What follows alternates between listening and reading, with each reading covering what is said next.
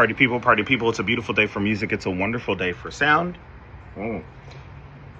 Marcus here. Let's talk about the second sort of drum corps show. We had Phantom Regiment, Blue Stars, Colts, Troopers, Cavaliers, and the Madison Scouts.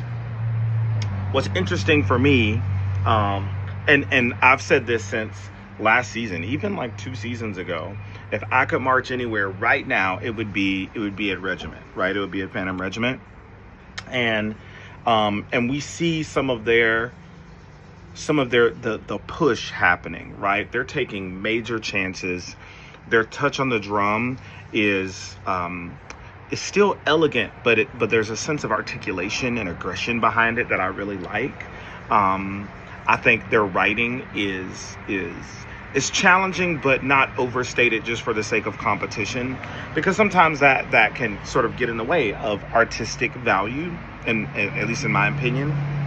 So overall scores: Phantom 1, Blue Star 2nd, Colts 3rd, Troopers, Cavaliers, and then Madison Scouts. Of course, a lot of people are very concerned about the Cavaliers overall score just being super low. Now, with that, overall drum scores, we had Phantom in 1, we have Cavaliers 2, we have Troopers 3, we have Colts 4, Blue Stars 5, Madison 6. I haven't seen anything as far as on the internet for the Blue Stars or for Madison Scouts, so I can't really say anything about them in particular. If you guys see videos, tag me in those, send them to me in the comments. Let me know how they're doing, or at least what you think about them.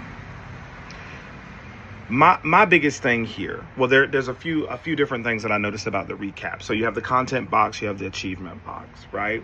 Normally, the actual content box is typically higher, right? What the people wrote and how you're playing it. Normally, the what the people wrote box is higher. And something about the Colts, last night they got a little bit interesting. They had the same score in the content and achievement box. So they had a 6.8 content, 6.8 in achievement, and they got 4th overall in drums with a 13.6. Now,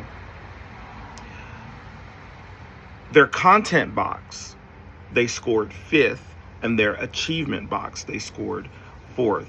I need to check out their overall ensemble value. I mean, because when I watch shows, I'm not just watching the drum line.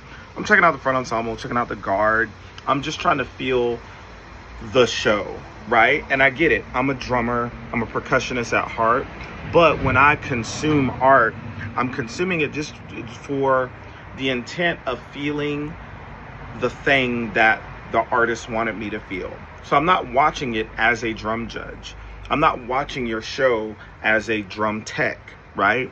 I want to experience the general effect of the show, and I want to understand what you're trying to tell me. So I'm gonna have to go back and actually watch their show and put on my drummer composition ears to see what's happening, because I liked their show overall. I know some people are a little bit weird about their set design and their costuming, but I liked it, right? I don't think drum corps or the marching arts has gone far enough, and I know that's a tough opinion for a lot of people, because there's a lot of traditionalists who want to bring things back, right? But Cavaliers got 2nd in drums, and I think that's something to really pay attention to. I'm not sure if I was necessarily expecting Phantom to come out and beat them in drums, especially not this early. The drum staff at the Cavaliers are still slamming. I know that they had a change of the guard in some aspects, but generally it's some of the same people teaching there. They sound good, right? The style is still apparent. The quality of intent as far as what they're trying to do and how they're achieving it is already showing up super early, and I really like it. You know, I think they still have a vibe about them. They still have a very specific way that they do things, and I think that's going to pay off for them. As far as from the corps is concerned, the closer they creep to 12th place and then 15th place, that drum staff I don't think is going to stick around, which means there might be some other corps who could capitalize early on having talks with those particular people. I don't know, but we'll see. We'll see. As far as the Blue Stars are concerned, I know that they have not a new staff as far as like the freshness of them teaching, but they have a new staff to them, right?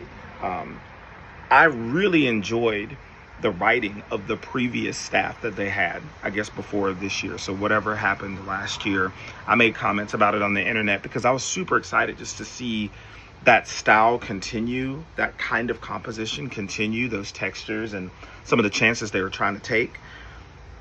But then I found out that those people kind of, moved along or whatever, which is sort of sad for me because I really enjoyed that voice. And for me, I would say, I think the Blue Stars in 2024 had one of the more interesting and engaging sort of books out there. They didn't play it that well, which is fine, cool. At least not in drum corps terms. It didn't lock in for them all the way until very late, and even then, it was still a lot of stuff that they let go. So, but I mean, it's still one of my favorite books out there. I'm very excited to see that the Troopers are continuing their push. Very excited to see that the Troopers are continuing their push. And I don't know. I would be interested to see eventually how close they can push up to Phantom's numbers. How close they can push up to Phantom's numbers. They have a very similar strain of lineage when it comes to the way that they approach certain things. I think Phantom has broken off slightly from that lineage, but and by lineage I mean the Paul Rennick line of ideology, which I heavily agree with.